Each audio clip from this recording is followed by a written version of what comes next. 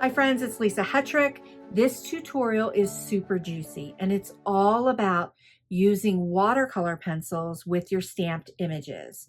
This was a tutorial that I had in a recent live and I pulled it out so we could focus on just the watercolor techniques for you to learn. So I hope you enjoy it. Okay, I'm going to grab some watercolor pencils. And I'm going to talk about watercolor pencils for a minute. We're going to do a little lesson and a little technique lesson. So, one of the questions I get asked a lot is, what watercolor pencils should I buy? So here's my answer. You buy the watercolor pencils that fit your budget. And, you know, if you get an opportunity, if you're out in the store and you get an opportunity to test them because they're open stock, great, test them. One of my favorites, and the one I'm using today, is the Albert Dürer, and these are from Faber-Castell. I love these pencils. I've had my set. I have a set of like 48, I think. I've had this set for about 15 years. Okay, so you know, if you're investing in a set of watercolor pencils, it's something you're going to have for a really long time. So I think that that's kind of helpful to know as well. But these are my favorite, and I'll tell you why. Because they're really highly pigmented. The price point on the set of 12 and the set of 24 is pretty reasonable for an artist grade watercolor pencil. Now, there's lots of other brands that are out there that are great. What you would call like a budget-friendly brand. The Arteza brand of watercolor pencils are really nice. Prismacolor is a little more expensive than the Arteza. I'm not a huge fan of the Prismacolor. I feel they're a little bit chalky. But the Faber-Castell brand also has another budget-friendly brand within their line called Goldfaber, I think. That they have that are really, really nice. But again, watercolor pencils, it's a preference thing. I love these because they are really super, super pigmented. And if you have a set of watercolor pencils and you're like, I want colored pencils too, you could use watercolor pencils as a colored pencil. And I'm going to show you how. Okay? Now, let's talk about some of the techniques that you can do with watercolor pencils. Now, I really enjoy using watercolor pencils on hot press paper or a Bristol paper, a smooth paper. You do need a watercolor paper or a paper that you're not going to put a lot of water on. If you use a Bristol, it'll be just fine, but you have to be careful with how much water you add to the paper because the paper will pill. So it's kind of important if you're going to do watercolor pencils or any kind of water medium that you're working with a watercolor paper. I like the hot press paper for watercolor pencils because it's super smooth, but it can take the water. So, any questions about that so far? I think we're good. As I get into it, we'll get into it a little bit more. Here are the 3 techniques I'm going to show you with the watercolor pencils. There's direct to paper, where we're actually physically coloring right on to the paper. You get more texture with this technique. We have dry on wet, where the paper is wet, your pencil is dry. You get even more texture, but it's a little bit scratchy. You get a little bit more texture because it's a little more scratchy. Then we have painting direct to paper, and I call this smoothie blends. Smoothie blend painting. So if you're just getting into watercolor, and it can be overwhelming, and you've got a little bit, you've got some money in your budget and you're trying to decide where to start, watercolor pencils are a great entry point because you have a lot of control using the watercolor medium, and you can use it 3 different ways and more so, but these are the 3 main ways. And you can paint with the pencil. Okay, So we're going to dive in. Let's go through this technique. Let's do it together. We've got direct to paper. I'm going to take this big. This is pine green. And direct to paper means I'm actually coloring directly to the paper. And that's the technique we're going to do with the lemons. Now, pencils, I'm left-handed. So and because I'm left-handed, I don't know if it's a because, but it's how I am. Because I'm left-handed, I tend to be pretty heavy-handed in when I paint and when I color. So with my colored pencils, I tend to hold the pencil out here a little further out. Cherie just asked, what happens if you use cold press paper? Nothing. Same techniques can be done with the cold press paper. Cold press paper, like a Canson cold press, has more texture in it. So the pigment in the pencil is going to sit on top a little bit more and might be a little harder for you to blend it out, but you'll definitely get more texture. I also have another video in my YouTube playlist where I do a lot of techniques with the watercolor pencils. So I'll make sure I link that up below. And I used the cold press paper over there. Okay, so I tend to hold my pencil out a little further, and I am going to go direct to paper. Now, this helps me get a little bit of a lighter touch versus me going like this and going back and forth and having more of a scratchy touch to it. So I'm just going to come out a little bit here. Now, you do what feels good for you. If I just know me, if I go like this, then I tend to be point heavy. Gloria said she's heavy-handed too. I tend to be point heavy, and I'll tend to be more scratchy in my application. And if you know that you're heavy-handed and you'll be more scratchy, what's going to happen is you're going to put indents into the paper, and it'll be a little bit harder to blend out the color. So when I come out here, I'm able to come in with a little bit of a lighter touch. And I'm actually layering the color. So if you like to use colored pencils, but you really only want to invest in one thing, watercolor pencils, you can use them the same way you would a watercolor pencil. You just wouldn't use water with them.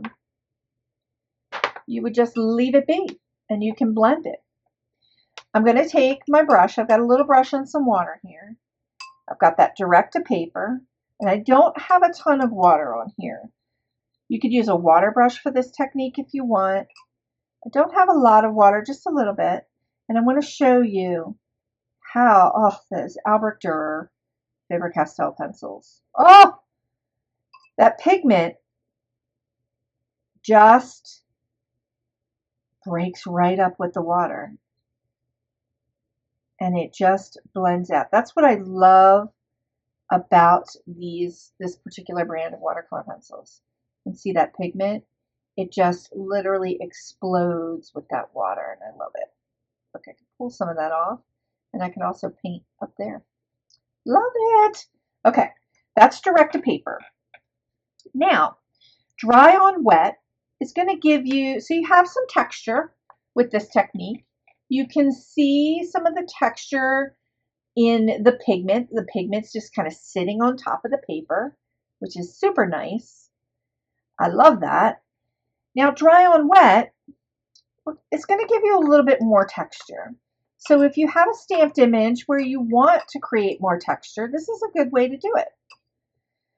I'm getting my brush wet, but not sopping wet, and I'm just going to go ahead and apply water to my paper here.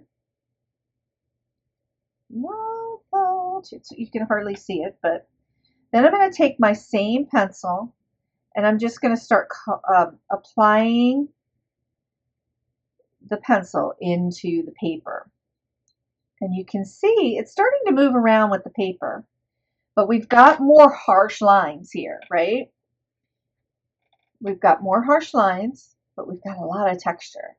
And you could go in and move that around a little bit if you wanted to. Got a lot of texture. You can see the lines aren't super scratchy, but oh, that texture is so nice. Where here we're definitely getting a smooth, but we've got some of that granulation in the color, some of that pigment from the watercolor pencils. Ah, love that. Loving this color too. Okay, so that good tip to lengthen the grip. Yep, it takes a little practice lengthening your grip and coming out here, but it does help you if you're heavy-handed. It will really help you. Okay, now I'm going to do the next technique, which is painting direct to paper, and this is done where I'm going to scratch off. So I have this. I guess I don't know what this is called, but this is the brand, the Karen Dosh brand. It basically is a cutting board, but you're not going to cut on it. It's got a little texture to it, and you can use it to apply color. So I'm taking my pencil and I'm just scratching down some color. You could use this with any kind of, if you have watercolor crayons, if you use the Inktense blocks, things like that. And so it's enabling me to use the pencil pigment, scratch it down. You could also, I bet you could find a cutting board that's kind of scratchy that could do the same thing. So I do have this, I think I have this linked below. I've had this thing for a while, and you can see that like some of the colors on here, I can still use them. I can still activate them. Heidi just asked, in what situation would you use dry on wet for the texture? Very good question, Heidi. For example, and so you can see this is drying. So you can see that texture. If there's a stamped image that you have that you would like to get more texture in. So for example, if you had like a character stamp and the character was wearing blue jeans and you wanted to get that texture of the fabric. Thank you, Nancy. This is a palette aquarelle. I just totally couldn't remember what it was called.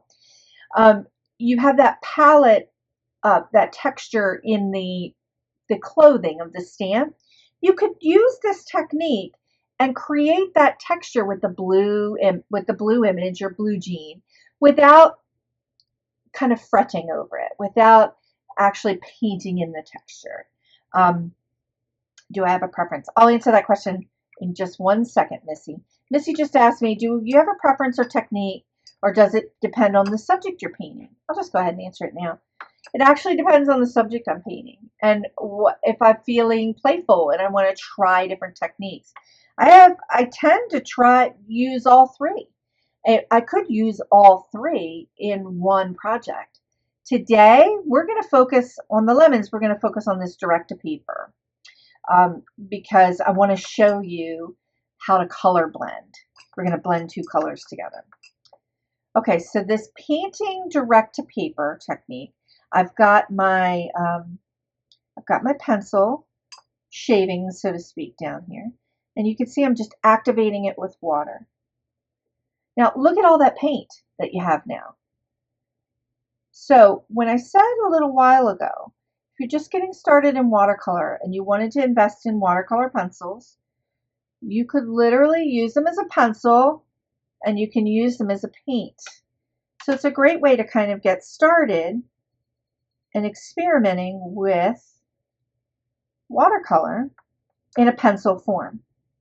And sometimes people feel more comfortable starting out with pencils because you have more control.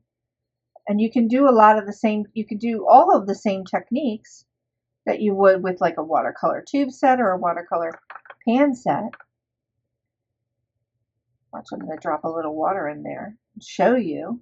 You can do a lot of the same techniques and you're painting direct to paper. We also get a little bit more intensity when we're painting direct to paper.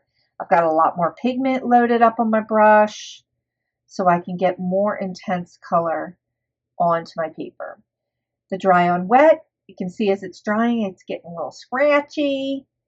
but you can see the pigment, how the pigment is kind of going into some of the fibers. So that texture is really beautiful. The direct to paper has like a medium texture, not as smoothie as painting direct to paper. Okay, Nancy just asked me, is there any reason not to use a wet brush direct to pencil? Absolutely not. That's just a great idea. You can do it this way too. I just use this. You could do this. Nancy was saying, can I use my brush and just go right to the tip? Absolutely. Look at that. You could also use your brush. Say you wanted to get a pool of color. Just look at that. I'm just putting a pool of color down here.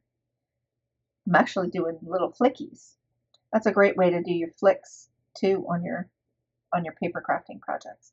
So you are literally just using your pencil as a paint. And it's a great way to get a lot more use out of your pencil. So I'm putting it down here, and I can also scratch it down over here. So you don't need this. I just like to dig it out because I always forget that I have it. So it's kind of fun. You don't need this. You can always just go right to the pencil.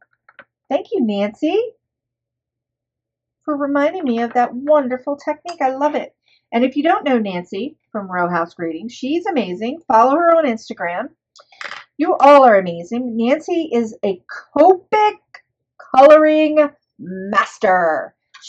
Or mistress or master, whatever you want to call it. Artista.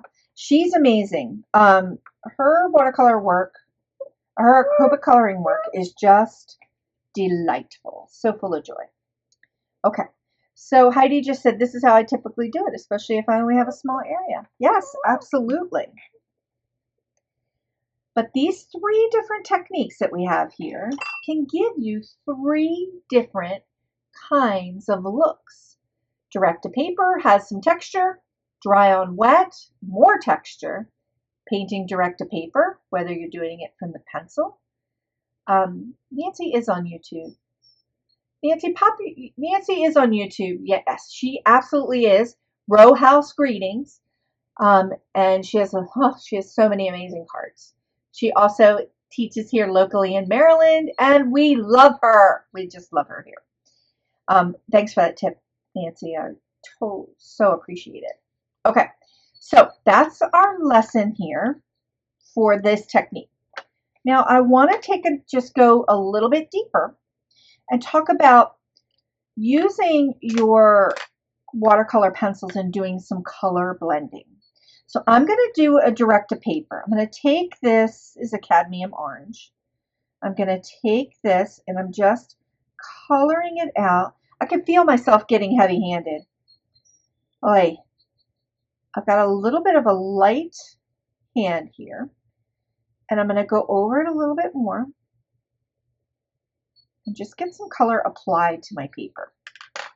Then I'm going to take my yellow cadmium yellow. I'm going to go back the other way. Okay, and I'm going to intentionally mix those 2 colors together. So very similar technique that you would do with colored pencils, you can do with watercolor pencils. So I'm going to start blending this out. I don't have a lot of water in this brush, so I'm just dipping back and forth. And where those colors meet, oh, juicy, juicy. Juicy, juicy. So we've got that nice little variegation of color right there. From that yellow to the orange and that yellow orange in the center.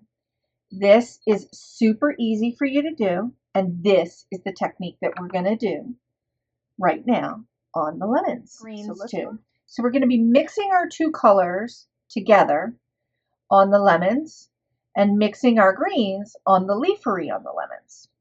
So I'm going to start off with my yellow. I need to put my glasses on, ladies, and I couldn't figure out why I couldn't see. And that's why. So let's go ahead and I'm coming in with a light touch. I'm not going to color in the entire lemon. I am going to go in with my light touch, and I'm kind of holding it out pretty far, but you can see that it is really applying quite a bit of pigment to the paper. And I'm just adding, I'm starting up at that top, and I'm just adding a little bit in here. A little bit goes a long way, okay? I'm going to go around to this lemon. I'm going to do the same thing.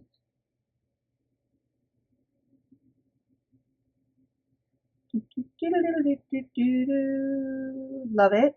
I'm intentionally leaving whites on the paper, leaving the paper color, because I want to preserve a little bit of lights and darks.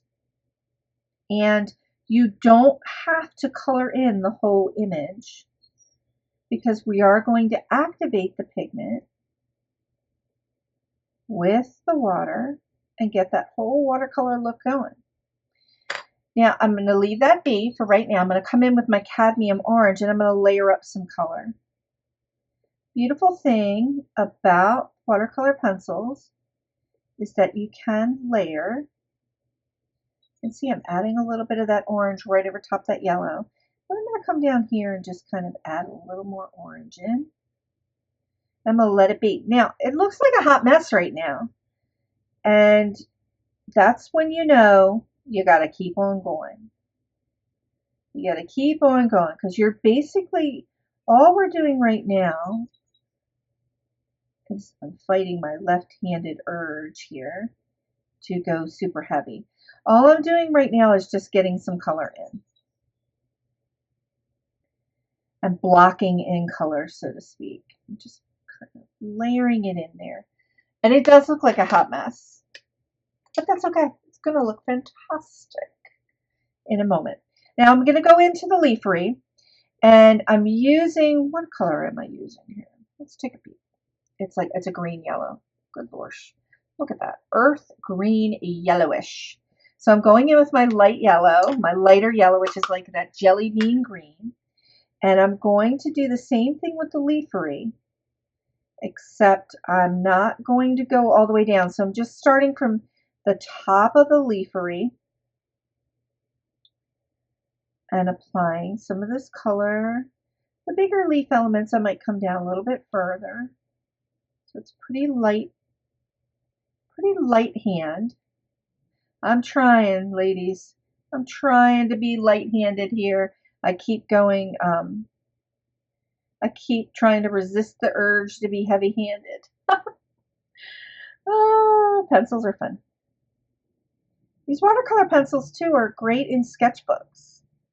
If you've got a sketchbook that has a little bit of tooth to the paper that might not be super, super smooth, might have a little tooth to the paper, these are really fun. Or a mixed media sketchbook, they tend to be able to take a little bit of water, not a super, super flow of water, but they, Liz just said, I think Lisa's central for all. Yes, I am in Maryland. I'm in Carroll County, northwest of Baltimore. So out here, a little bit of farmland. We had a wild storm come through last night. Now, right now, I'm applying the darker pine green color, and I'm just starting from that top, and I'm just layering in a little bit of that color. So this, now you could just do one at a time. You know, you could just take, I could have gone back in with my brush and did one little piece at a time. But I like to color everything first. Ooh, I missed 2 leaves. Look at that. I like to color everything first. So I'm going in. And I'm going to leave that. I'm going to leave that be. Okay, so let's take a peek. Kind of looks like a hot mess. Looks like I've blocked color in. So I've just layered some color over top of each other. If you were going to use these as like a colored pencil, you would just keep going. You would color in the whole thing in the yellow And then you would use the other color and use them together like this and blend them together. You could use Gamsol if you wanted to, but it is a watercolor pencil, so why not just go ahead and use the water. But if you just wanted to leave this dry, you could leave it dry and you didn't have to activate it. So now I'm going to go in with my brush, get a little paper towel over here. This isn't one of my wet, washy watercolor projects. When I'm working with watercolor pencils, I tend to be less water and just focus on manipulating and moving the pigment around. So I'm going to start right here at the top. Got a little too much water there. And just start to blend it together. I've got these pretty colors here. And I'm just going to go in with a light touch again and just blend those two together. So this is a lot different than me being splashy, washy, right? All I'm doing is going in with the water and blending them together, but I'm retaining some of that natural contrast and that variation of color there where I've had the orange over top of the yellow. So that is a little bit of a lighter touch, and it also is a lot less water on your brush. Let's go ahead and do the other lemon. And just go ahead and make sure I'm still in the frame here. Looking good. And I'm just lightly touching that color. And these, the sign of a good watercolor pencil, test the ones that you have in your stash, is that that pigment breaks up so beautifully and so nicely with your brush, with the little bit of water. Catherine just asked, does holding the brush further back give you the lighter effect? Yes, for me it does, because I'm heavy-handed. I tend to hold my brush back a little bit further so that I can just kind of go in with a lighter touch. If I'm using this kind of brush, if you're using a water brush, I tend to hold it up a little bit closer because you have to squeeze the water brush to get some of that water out. Okay. Did you miss a leaf on the bottom of, yeah, it looks like I did. Let's see what happens when I get to it, Gloria. I probably did miss a leaf. Okay. Let's go in. I'm going to do this other little lemon right here. Now look at those two colors coming together. And I've got a really light touch here. Just applying enough water to get the two pigments to come together. Oh, it's so pretty.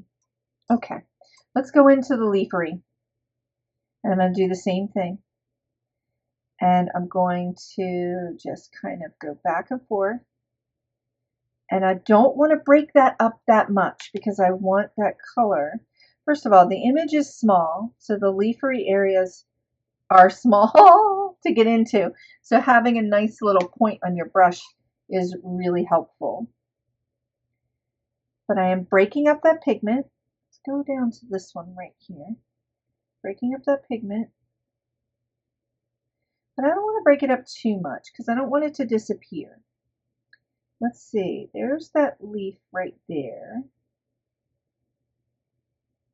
Oh, Gloria, you're right. Look, there's a leaf element going right there that I missed because it was overlapping a little bit. Thanks for catching that. Great catch. Great catch. Okay. So let's go in here. Just kind of blend that. I'm going to flip this around. And I move my projects. You see, ladies, you see me moving this all around as I'm painting. And that's totally what I do. I just move everything around to get to the access point that I want to get to, right? You do the thing that feels good for you.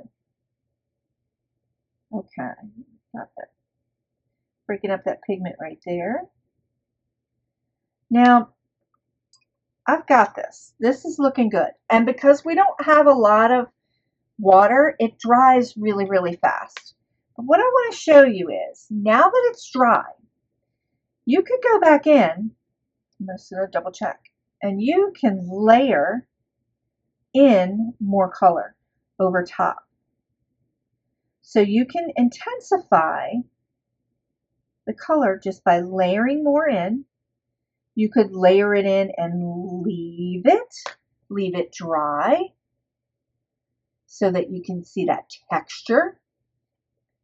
Or you can layer it in and break up. I'm going to bring that, try to get that really close to the camera. Break up that pigment a little bit and still retain that texture and that look. I am loving the way these lemons are looking. Okay.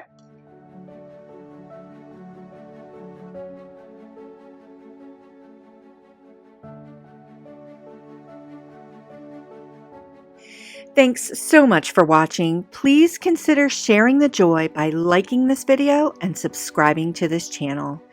And I'm sharing more card and watercolor tutorial videos for your inspiration right here. So come on in and take a peek at my tutorials. I have a lot to share, and I'll see you next time.